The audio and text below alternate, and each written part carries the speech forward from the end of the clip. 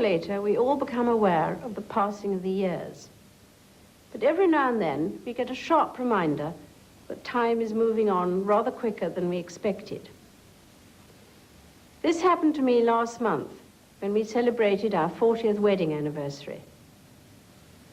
I was very touched that so many of you were kind enough to send messages of good wishes.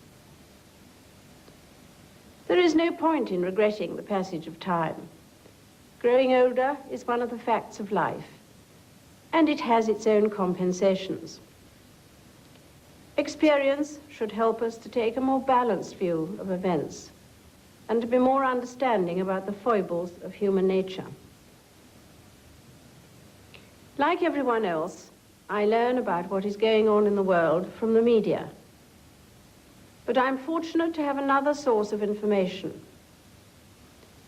Every day, hundreds of letters come to my desk, and I make a point of reading as many of them as I possibly can. The vast majority are a pleasure to read. There are also sad ones from people who want help. There are interesting ones from people who want to tell me what they think about current issues, or who have suggestions to make about changing the way things are done. Others are full of frank advice for me and my family, and some of them do not hesitate to be critical. I value all these letters for keeping me in touch with your views and opinions, but there are a few letters which reflect the darker side of human nature.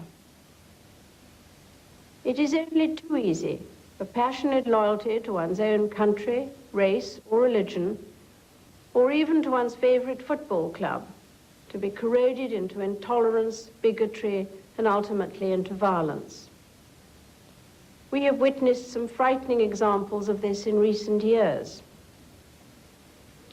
All too often, intolerance creates the resentment and anger which fill the headlines and divide communities and nations and even families. From time to time, we also see some inspiring examples of tolerance. Mr. Gordon Wilson, whose daughter Marie lost her life in the horrifying explosion at Enniskillen on Remembrance Sunday, impressed the whole world by the depth of his forgiveness. His strength and that of his wife and the courage of their daughter came from their Christian conviction. All of us will echo their prayer that out of the personal tragedies of Enniskillen may come a reconciliation between the communities. There are striking illustrations of the way in which the many different religions can come together in peaceful harmony. Each year I try to attend the Commonwealth Day Interfaith Observance at Westminster Abbey. At that service, all are united in their willingness to pray for the common good.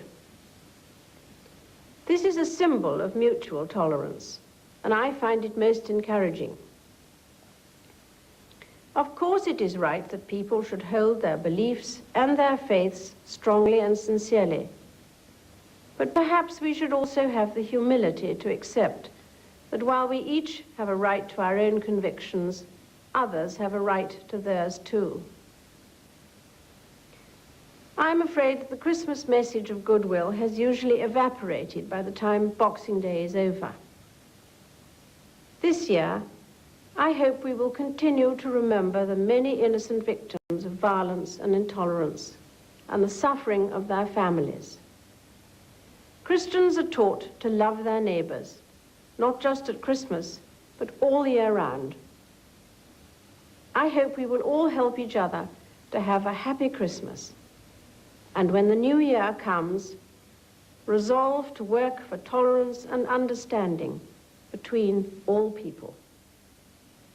Happy Christmas to you all.